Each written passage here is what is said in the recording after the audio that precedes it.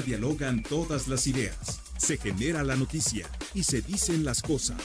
Cara a cara, la información clara y precisa en voz de sus protagonistas. Cara a cara, con Enrique Tusein.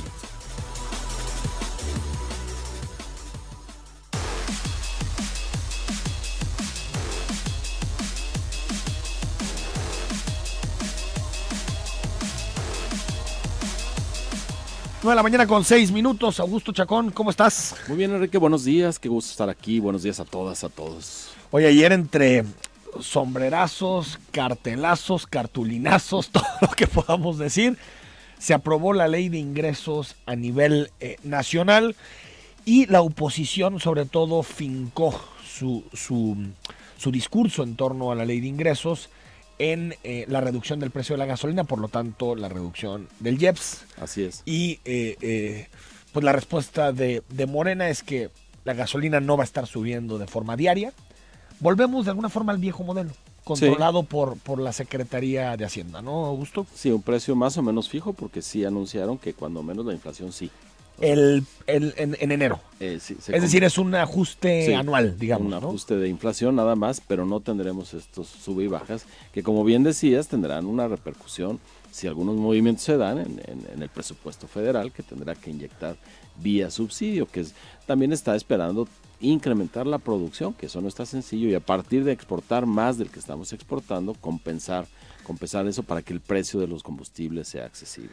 Pero esta ecuación sí genera cierta incertidumbre. O sea, yo creo que es buena para mantener la inflación baja. El mandar el mensaje de decir, este va a ser el precio de la gasolina en todo el año, ¿no? A partir del ajuste que haces en enero de inflación, este va a ser digamos, el costo, el precio para adquirir un litro de gasolina. Pero si, por ejemplo, existen turbulencias geopolíticas, cualquier cosa, y el precio del barril de crudo sube por encima de los $60, ahí sí el gobierno le tiene que inyectar recursos forzosamente. O si vemos, por ejemplo, que en Estados Unidos hay dificultades, o en México, y por lo tanto el tipo de cambio se altera, pues también. Es decir, sí puede ser que llegues a final de año y vayas a tener que invertir lo mismo que el programa para los jóvenes o que las pensiones a los adultos mayores para mantener controlado el precio de la gasolina. Sí, eso es una apuesta alta. El presupuesto está construido con $55 por barril. Por barril. Así que cualquier cosa que se mueva hacia arriba ya es un desajuste importante. De cualquier forma, también el presupuesto tiene un superávit, está considerado un superávit que me imagino será ese colchón con el que jueguen con el tipo de cambio o con el precio del barril. También recordemos que afortunadamente en el sentido medioambiental se redujo la venta de automóviles, no había sucedido.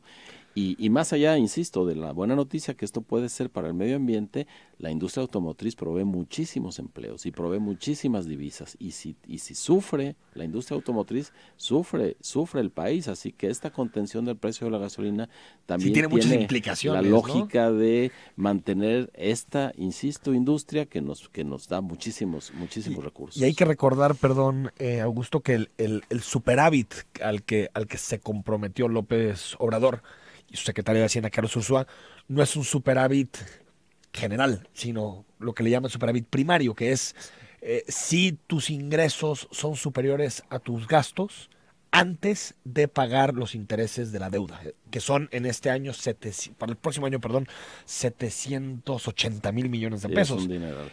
Es decir, ¿qué va a hacer con el presupuesto realmente López Obrador? Los intereses que tiene que pagar de la deuda los va a pagar con otra deuda. Y por lo tanto vamos a llegar a 2019, no con más deuda, pero pagando prácticamente lo mismo en materia de intereses. Oye, y la oposición, el PRI pidiendo que baje la gasolina.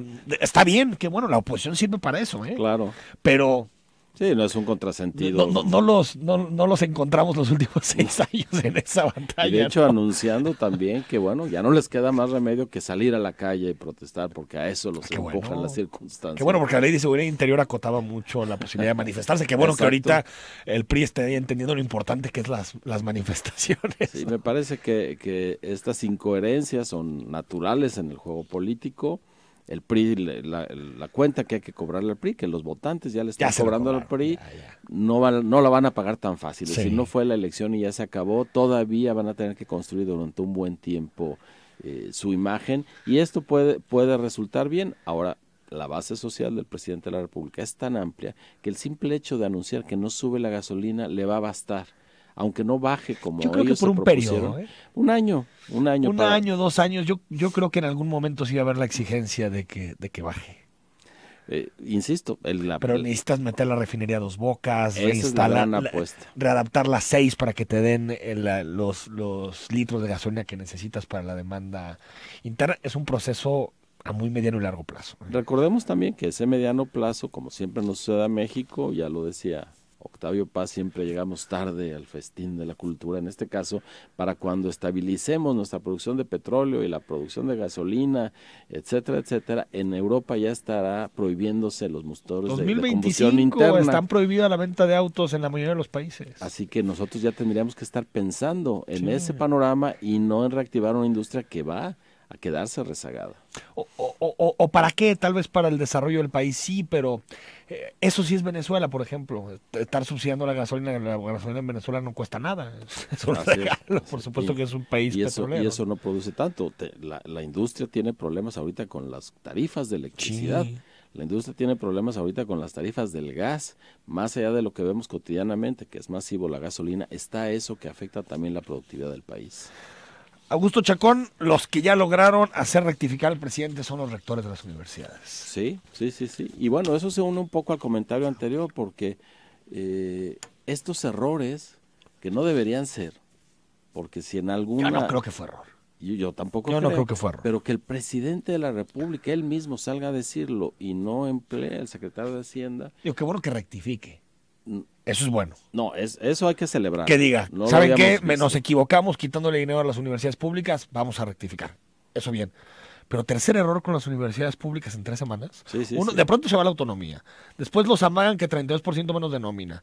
Y ahora 6% menos de presupuesto, ¿no? Pero termina siendo preocupante porque ayer la justificación que dio es que él en efecto había dado la instrucción de que no se tocara el presupuesto de las universidades y no le hicieron caso. O buscó López Obrador un chivo expiatorio y dijo, no soy yo, es mi secretario de Hacienda. Puede ser, y solo estaba midiéndole el agua a los tamales con la declaración, pero mete al país en un estrés que en este momento no es necesario. Y si en verdad fue un error, entonces todo el presupuesto, esta delicadeza, por ejemplo, que ya mencionabas con el manejo de los hidrocarburos, ¿no habrá errores ahí? Sí. No nos irá a meter en un problema. Es que tal vez se evidencian los errores porque hay el grupo de rectores a nivel nacional es fuerte, es capaz de colocarte en problemas. Tal vez, por ejemplo, los gestores culturales, ¿no? O no sé. Sí, que no lo van a hacer igual. Ahora también... Ya están manifestando. Está claro que no quería las universidades marchando.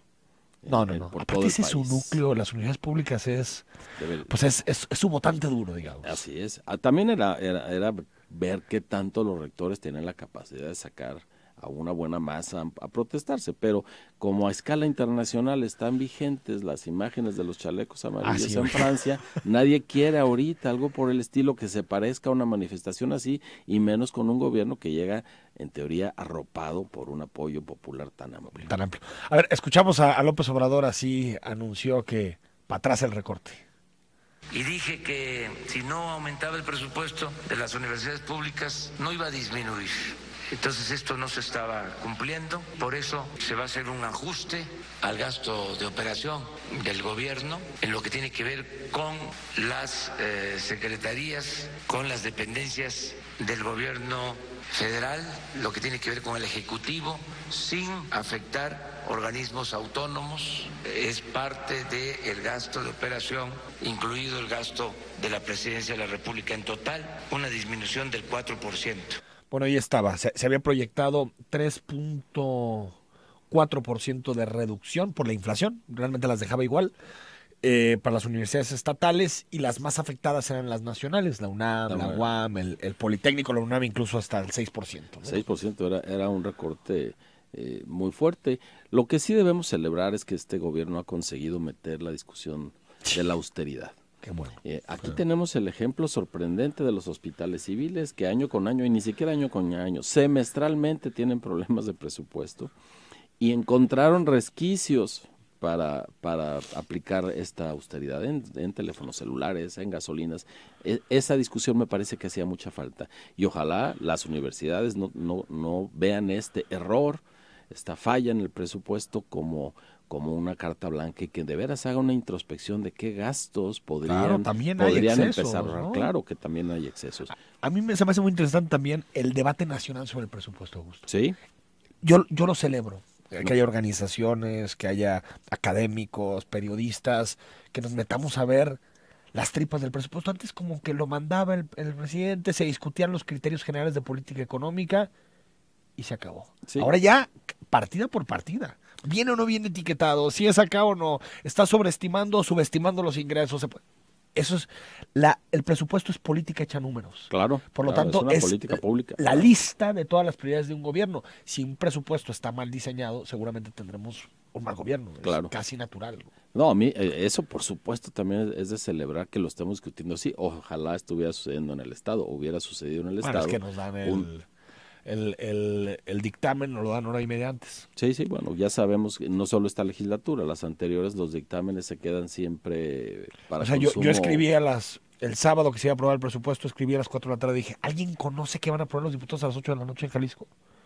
Ya me respondió la gente del Congreso, ahí tienes el presupuesto para analizarlo en la página de transparencia del Congreso. No es cierto, estaba el de Aristóteles, que ya era papel mojado. Es decir, en Jalisco ha habido más opacidad en la discusión del presupuesto público que a nivel nacional, también por los tiempos, es cierto. Pero ojalá se corrija para la siguiente discusión. Quedó muy apretado, sí, yo espero que para la siguiente se corrija. También aquí había sus peculiaridades, pero sí, a escala nacional es de celebrarse que tanta gente esté metida en el presupuesto, que nos enteremos cómo se gasta, por qué se gasta, cuáles son las variables que inciden en que sea más, en que sea menos, y que nos sorprendamos de ciertos manejos. Ahora nos falta ver a final de año, y eso lo hacemos, casi nunca lo hacemos, el subejercicio, que también es un pecado. O el sobreejercicio.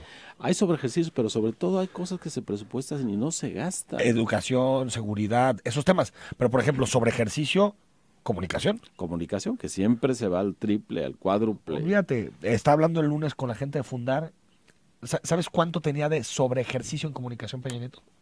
1000%. Llegó a algunos años donde presupuestaba 1,200 millones y gastaba 11,000 millones. Sí, no. Es increíble. Vamos al corte, estamos con Augusto Chacón unos minutos más y a partir de las 9:30 el debate que vamos a tener es ¿qué consecuencias tiene el aumento en el salario mínimo que se anunció el lunes?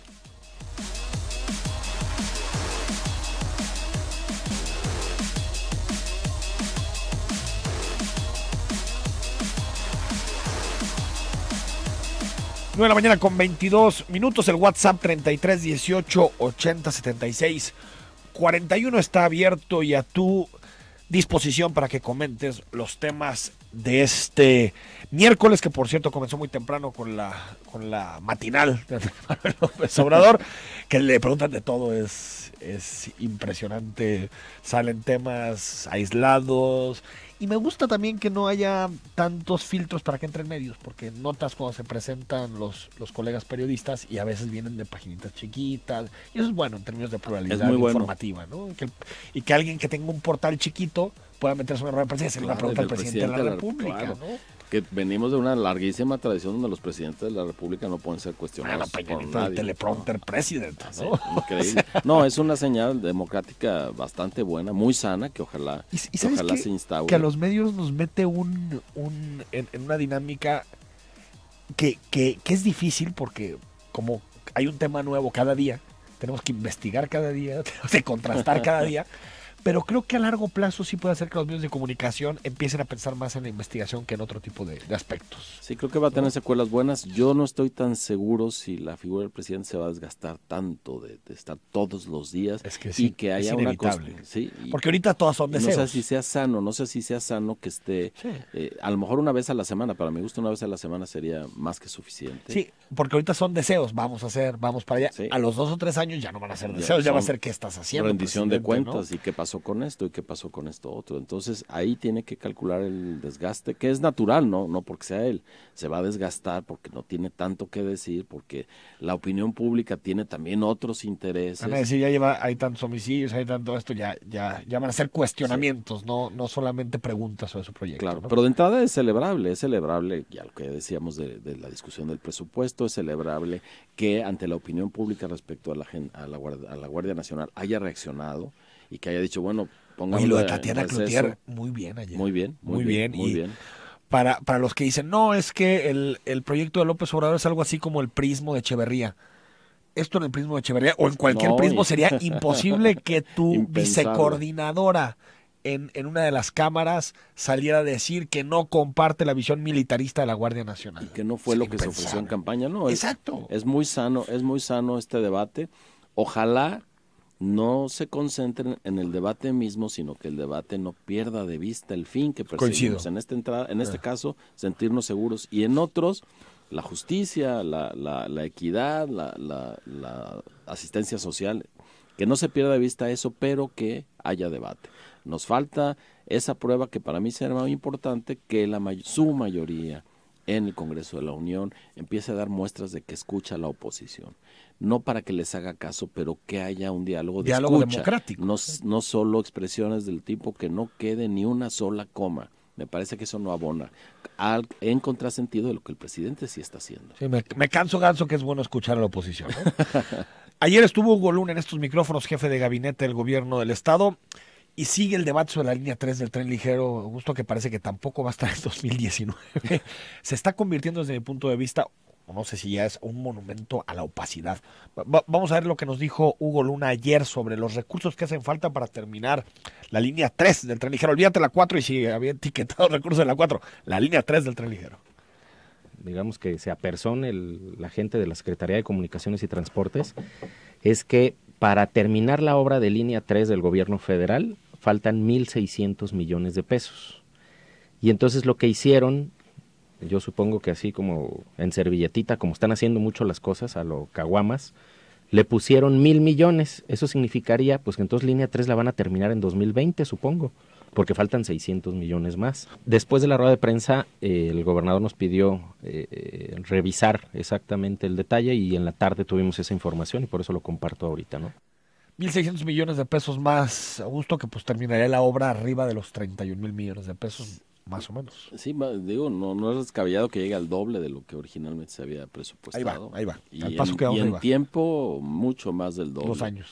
Es terrible que no se terminara el año que entra por muchísimas razones, pero sobre todo y la primera, porque sí va a ser útil, porque le va a dar servicio a muchísimas personas. Es una obra y muy eso importante. debería ser una prioridad y habría que hacer un esfuerzo, el gobierno federal sobre todo, que tiene que pagar las consecuencias de su antecesor, ni modo, sabían que se iban a encontrar con estas cosas, tiene que poner ese dinero. Me parece que Jalisco, con toda la importancia que tiene, no está para distraer 600 millones de una omisión del gobierno federal, para el que 600 millones de pesos realmente no es una cantidad. ¿Pero por qué no sabíamos eso? Ese es el problema. O sea, yo me acuerdo cuando supimos lo de los neoprenos y todo este tipo de cosas, uno dice, ¿puede haber problemas en las obras? Sí. ¿Puede haber costos que se estimaron en determinada manera? ¿Por qué no lo sabemos? O sea, ¿por qué se va Aristóteles y dice, la obra civil está 100% terminada? Pues no. No. Faltan 1,000 millones de pesos y se le debe 600 millones de pesos a un solo contratista. Es decir, no está acabada la obra. No hubo, la verdad, información. A escala local no tuvieron ninguna información. Una de las secretarías con más señalamientos, más opaca, que inclusive le podemos imputar algunos muertos, fue la Secretaría de Comunicaciones y Transportes de Peña Nieto.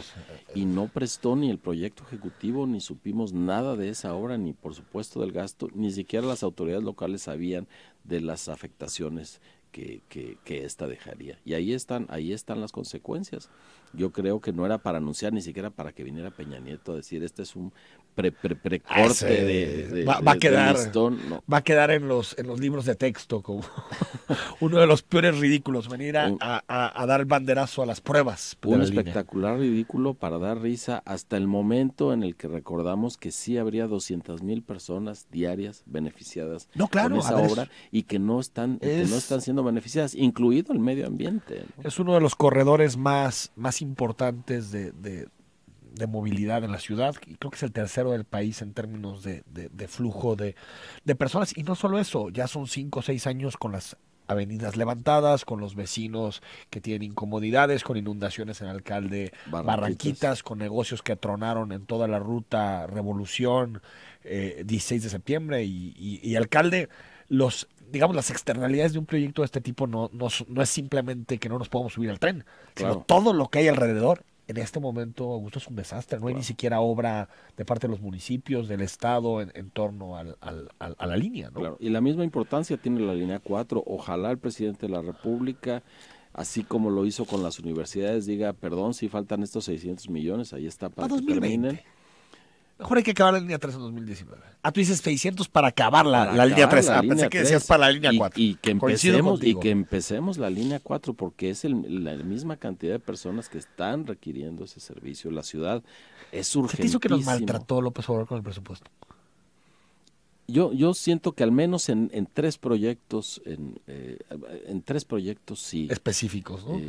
Yo dejaría un poco lo de la presa del Purgatorio, habría que afinarlo un poco más, pero el río Santiago está afectando a millones de personas. Hay asuntos de salud, de productividad muy contundentes, y además una afectación ambiental que se puede quedar siglos si no intervenimos ahora. En la línea 4, por supuesto, es importante, y el libramiento de Puerto Vallarta ya se vuelve también imperativo para la calidad de vida. Pero es Santiago sobre todo, ¿no? Es el río Santiago. Porque lo del macrolibramiento es importante, la línea 4 es importante, pero tal vez urgente el río Santiago, ¿no? Un grupo, se lo dijimos a Aristóteles Sandoval cuando tenía una semana de haber tomado posición. Ahí se tiene que hacer algo. Es prioritario y sería un proyecto a largo plazo, pero como sucedió en París con el Sena, o como sucedió en Londres con el Támesis, que los rescataron, eran ríos así, prácticamente muertos, y los rescataron. Tiene prioridad, y a final de cuentas se dejó para después, y para después, y para después. Me parece que sí es absolutamente prioritario, y al decir presa del Purgatorio, en realidad estamos diciendo también algo muy importante: agua para Guadalajara. Sí. Porque ya viste para qué se etiquetan los 500 millones para el Zapotillo.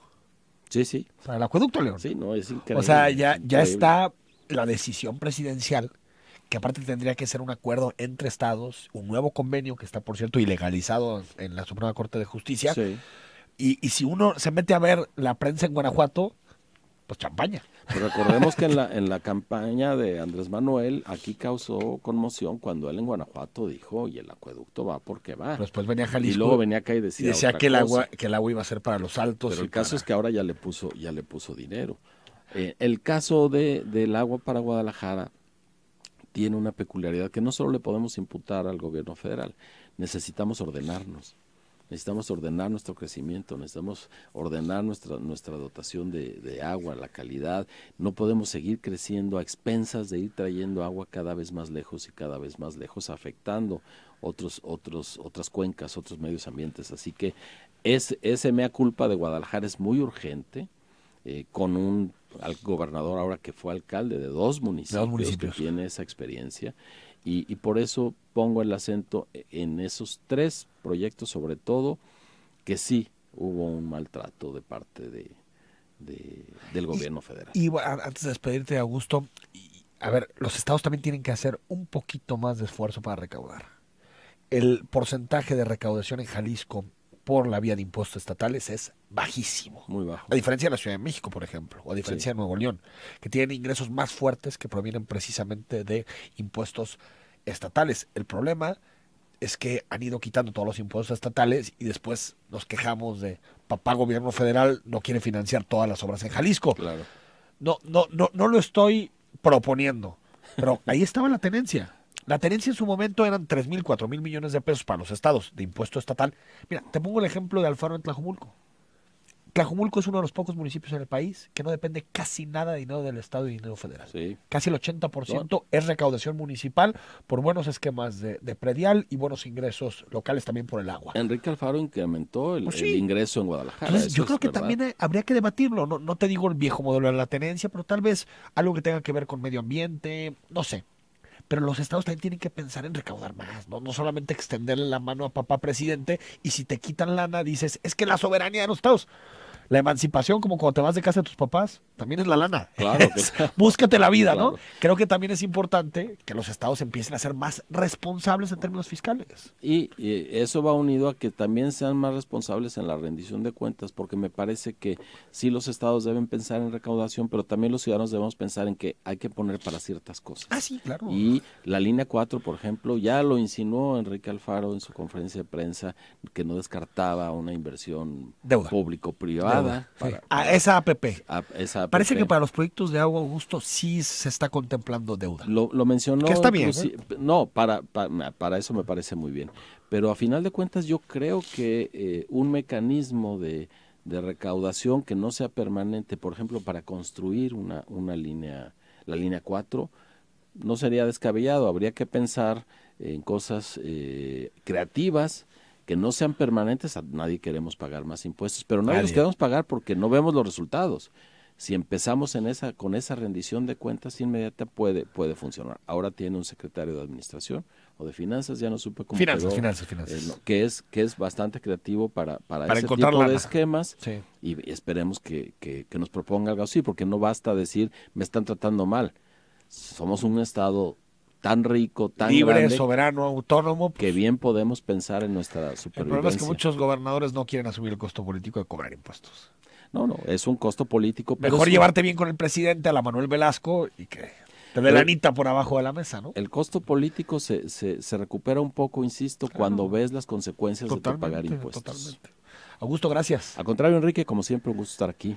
Buenos días. Vamos al corte. ¿Qué consecuencias tendrá el incremento del salario mínimo? Tenemos debate en Cara a Cara.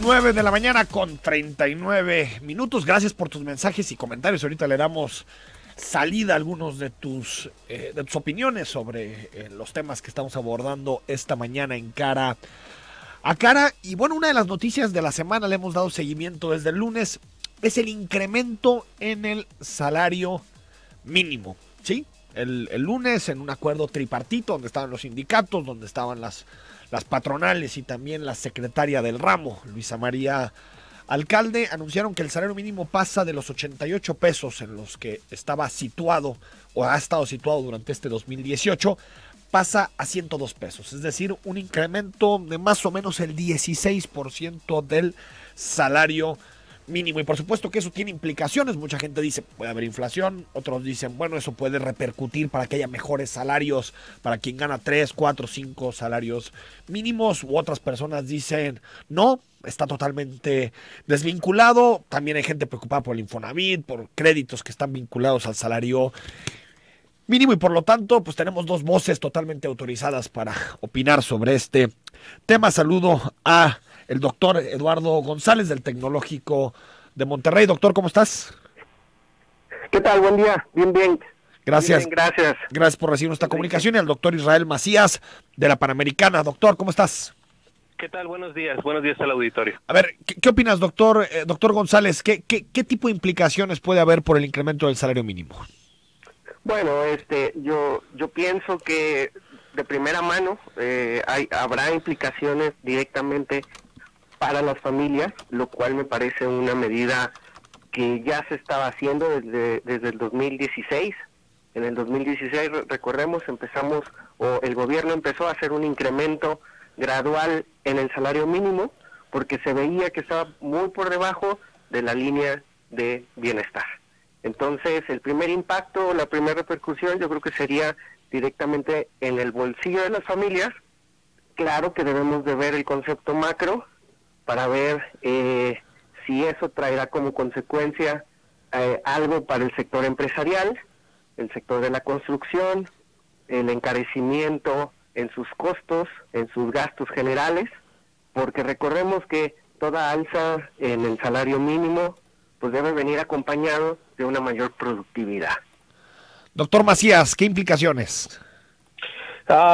Bueno, pues en general coincido con lo que se mencionó.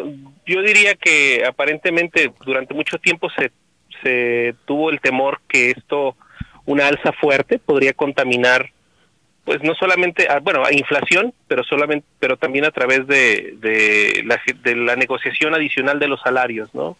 y lo que le llamaban efecto faro, ¿no? Y eso al final no ha resultado, es decir, no es el primer año que ocurre un incremento fuerte. Sí, el año pasado ya hubo uno fuerte también, no tan alto, pero también importante, ¿no? Exacto, arriba del 10%. Exacto.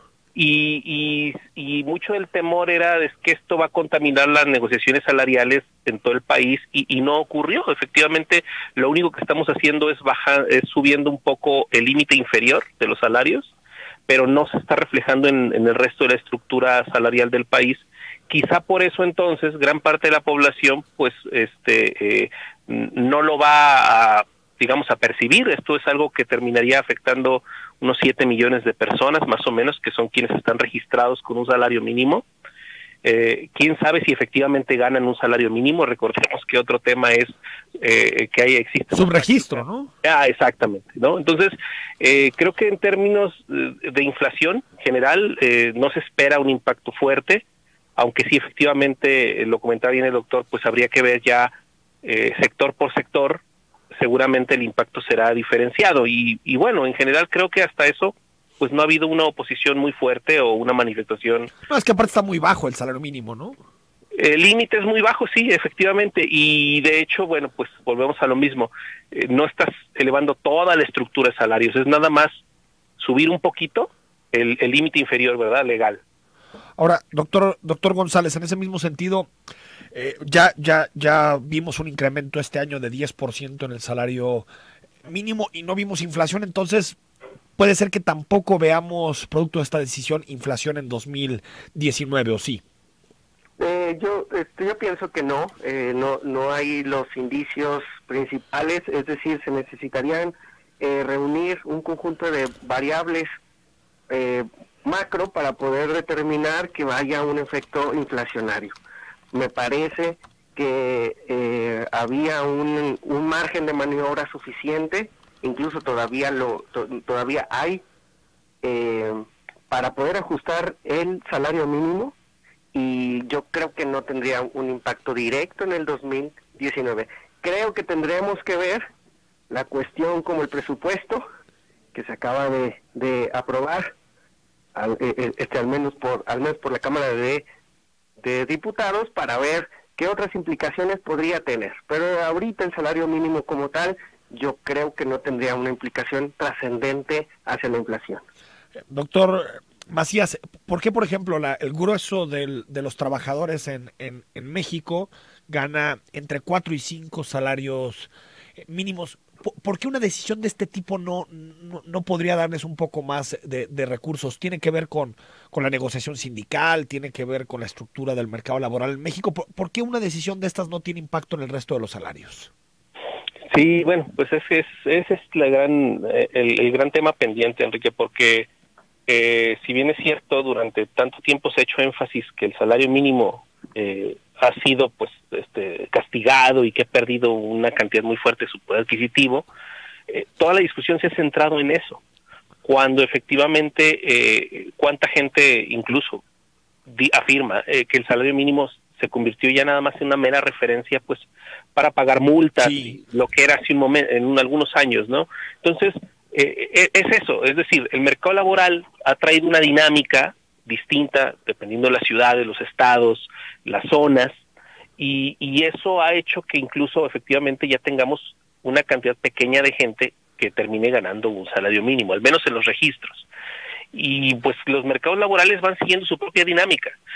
Incluso creo eso justifica un poco el hecho de que la propuesta haya sido muy agresiva con este salario mínimo para la franja fronteriza, sí, que ahí se va al 100%, ¿verdad?, sí, del incremento, y pues a pesar de que, bueno, es una zona muy dinámica y todo, pues de toda esta actividad, pues se ha registrado apenas por ahí, digamos, quejas menores, es decir, algo en Reynosa, con el sector maquilador, etcétera, pero fuera de eso, ha sido bien recibido. La estructura y el mercado laboral, pues, entonces trae una dinámica que desde hace rato, pues ya dejó al salario mínimo atrás, ¿verdad? Como un salario que se quedó muy rezagado. Entonces, doctor González, doctor Macías, que ya casi los tengo que despedir, por lo que interpreto de sus palabras, si no vamos a ver posiblemente repuntes inflacionarios y tampoco va a afectar al resto de la cadena o de la estructura salarial en el país. Doctor González, podemos decir que es una medida más simbólica el hecho de que por primera vez el salario mínimo esté por encima del umbral de la pobreza que marca Coneval, es decir, una medida más simbólica que real en términos prácticos. Yo pienso que sí, porque recordemos que hay dos salarios, el salario real y el salario nominal. Ahorita es una medida que está impactando directamente con el salario nominal, el de nombre. Entonces ahorita dicen, bueno, 102.67 pesos. Sin embargo, tenemos que enfocarnos mucho en el salario real, que eso tiene que impactar o está impactado a través de la inflación, a través del aumento de precios, la política fiscal, la política el nuevo gobierno, sí, y lo cual eso sí podría dar un fuerte golpe a la economía. Ahorita no ha pasado nada, no creo que tampoco pase, pero el presupuesto trae varias cosas que sería importante reflexionar un poco, pero para mí ahorita solo es de puro nombre. Es una medida buena, pero es una medida que ya se venía encaminando desde hace 3 años, entonces era algo esperable. Doctor Macías, ¿simbólica o real? Bueno, pues digamos real en el sentido en que ahí está, ¿verdad? Pero sí, simbólica porque pues termina impactando una fracción pequeña de la población y no tiene un efecto generalizador, ¿verdad? Pero bueno, había que hacerse, o sea, ya se comentó que tenía que hacerse porque pues ya tan bajo, pues ya prácticamente creo nada más Haití tenía un salario mínimo más bajo. Más bajo. Me dice mucha gente a través de redes sociales y a través de WhatsApp, que creo que es interesante el comentario, la afectación no tanto a las grandes empresas, que seguramente la mayoría ya pagan por encima del mínimo, sino sobre todo, doctor Macías, a las pymes, que de pronto pues también podrían llegar a tener alguna afectación dentro de sus contabilidades, ¿no? No, definitivo. Además, pensemos en esto. Entre más pequeña sea la empresa, la unidad empresarial, el negocio, lo que sea, el costo de la mano de obra se vuelve más importante, claro, ¿verdad? Entonces, pesa más. Y eso hace que, pues, sea una restricción mayor. Sin embargo, creo que, pues, se hizo una negociación, no es de ahorita. Se comentaba que esto ya tiene varios años ocurriendo. Incluso hasta el sector empresarial tenía su propia propuesta de aumento. Y bueno, ¿qué era esta, no? Las 100 pesos. Tal cual, todo el mundo feliz aparentemente. Vamos a ver en todo caso pues cómo se adapta el mercado laboral, y en principio pues las expectativas no son de que ocurra nada grave, ¿verdad? Doctor Eduardo González del TEC, doctor Israel Macías de la Panamericana, gracias por estos minutos y por aclararnos un poco el impacto y las consecuencias económicas de esta decisión. Gracias. Hasta luego. Gracias, hasta luego. Vamos al corte, 9 de la mañana con 51 minutos. A la vuelta leo tus mensajes y comentarios.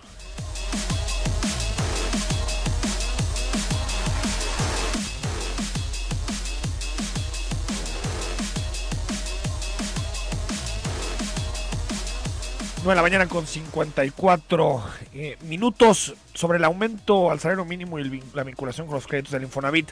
Desde el lunes el Infonavit dijo que no va a tener ningún tipo de afectación, e incluso lo cito: en el caso del saldo de la deuda, se actualizará con la unidad de medida y actualización en enero de 2019. El Infonavit recordó que en 2016 se publicó en el Diario Oficial de la Federación el decreto en materia de desindexación del salario mínimo, donde se establece la UMA como referencia para el monto de pagos, por lo tanto no impacta en tu crédito del Infonavit. 8504, ¿qué tal? Buen día. Sobre el aumento del salario mínimo, los que trabajamos en oficinas también se pudiera esperar un aumento del salario. Pues eso depende mucho de la negociación que hagan los sindicatos con el patrón, no necesariamente. 3425, buenos días. Ni las señoras o chicas de limpieza de casa ganan el salario mínimo. Quizás las y los demás empleados por actividad están asegurados con el mínimo ante el IMSS. Este será el ganón. Yo quiero que AMLO cumpla y baje la gasolina, dice por hablador. Javier Preciado Enrique, muy buenos días. Un reto al investigador que estás entrevistando, porque no generar el salario mínimo por horas o no por día. Saludos. Gracias, Javier Preciado. Nos dice Alfredo: Antes de empezar, más impuestos, más deuda, se ven a eliminar todos los despilfarros. Yo trabajé en el gobierno del estado unos años y me di cuenta de que hay demasiadas áreas y demasiado personal en cada secretaría. En la CIO, por ejemplo, prácticamente 1 de cada 3 trabajadores salen sobrando. Recuerdo que había gente cuyo trabajo consistía en sacar copias y otros solo llevaban un documento sin importancia. Invita más seguido a Jorge Rocha, sí, pues Jorge está los jueves por la mañana, nos visita, pero bueno, es académico, tiene la buena vida y se nos va de vacaciones. Armando Contreras, ¿qué pasará con los créditos del Infonavit? Ya lo dije. Gustavo Enríquez, totalmente de acuerdo con tu editorial. Muchas gracias, Gustavo. José Anaya, no mames, pagar impuestos, se los roban al rato, hasta por usar el sol van a cobrar impuestos. Bueno, no sé qué porcentaje de tus utilidades pagues de impuestos, pero al final no somos realmente un país que pague demasiados impuestos. La diferencia es que nuestros gobernantes gastan peor los recursos, pero nos referíamos sobre todo no tanto a que el ciudadano pague o no más impuestos, sino que el Estado tiene que ser, el gobierno del Estado tiene que ser mucho más solidario, mucho más corresponsable en la recaudación de los impuestos. Creo que los gobernadores se deben, por supuesto, poner el grito en el cielo cuando hay maltrato presupuestal de la Federación, pero también encontrar otras vías de recaudación que le permita avanzar en proyectos de determinadas características. Dice Miguel Ángel, una verdadera burla es incremento al salario mínimo, es denigrante y falto de valores, no debería existir ni tener ese nombre por temas de derechos humanos. Saludos, Enrique, gracias. Gamaliel Córdoba nos dice, ¿qué pasó con la iniciativa de ley para que las sumas no sean consideradas la unidad de medida para el pago de las pensiones, sino los salarios mínimos? Según yo también está ya indexado a la UMA, pero bueno, lo investigamos, gracias. 22:30, excelente día, gran equipo, saludos a Cara a Cara, me encanta el programa, gracias Araceli por tu comentario. Carlos Gallegos nos saluda, gracias. Miguel Rivas, me afecta el aumento en el pago del Infonavit, ya dijimos que no. Julio Olayo, saludos, excelente programa. Enrique, un saludo, Augusto Chacón, como siempre acertado en sus comentarios, y les pido mencionen los comentarios de Lemus Navarro que en contra de adultos mayores, jóvenes. Gracias, pues sí, totalmente desafortunados los comentarios en donde pues prácticamente los jóvenes o los adultos mayores que reciben un apoyo del gobierno, prácticamente los cataloga como flojos. Yo creo que quienes hemos tenido la posibilidad o el privilegio de tener un respaldo económico en nuestras familias, que tenemos la posibilidad de estudiar, de recibir apoyo de nuestro entorno más cercano, tenemos que ser mucho más responsables en los señalamientos que hacemos, porque no todo el mundo en este país tiene esas posibilidades, y creo que el privilegio también acarrea responsabilidades, y no todo el que recibe apoyos del gobierno es un flojo. Me parece que es una forma muy simplona de ver la vida, de ver la relación que existe entre gobierno y ciudadanos. Gracias, Julio, por tu pregunta. Luis Manso, línea 3, túnel del tiempo, qué burla para los tapatíos. Y fíjate, dice Aristóteles, es cierto, Aristóteles tiene mucho que ver con los plazos y todo, pero el 95% de la obra es recurso federal, sobre todo tiene que ver con Peña Nieto. Gracias, Verónica Flores, por lo que nos manda. 0644, buenos días, Enrique. La disminución que ha tenido el precio de la gasolina en los últimos días, ¿a qué se ha debido? Sobre todo a la estabilización del tipo de cambio, y que ha bajado un poquito el precio de la gasolina. 9706, gracias por tu comentario. Juan Sergio Castellanos, que no le metas más fuego al leño, ¿cómo que más impuestos y tenencia? Bueno, ya platicaremos de este tema. Decíamos de la recaudación que tenían que hacer los gobiernos estatales, y lo que decía es que han ido desapareciendo impuestos y después se quejan de que no tienen lana. Pues es bastante natural que los estados en este momento dependan casi enteramente de lo que señala o del dinero que viene de la Federación. Nos vamos mañana. Hoy a las 6 de la tarde tenemos tercera emisión de Zona 3 Noticias. Acompáñanos para analizar los distintos temas del día, y mañana estamos aquí a las 9 de la mañana en Cara a Cara. Soy Enrique Tucen y nos escuchamos al ratito.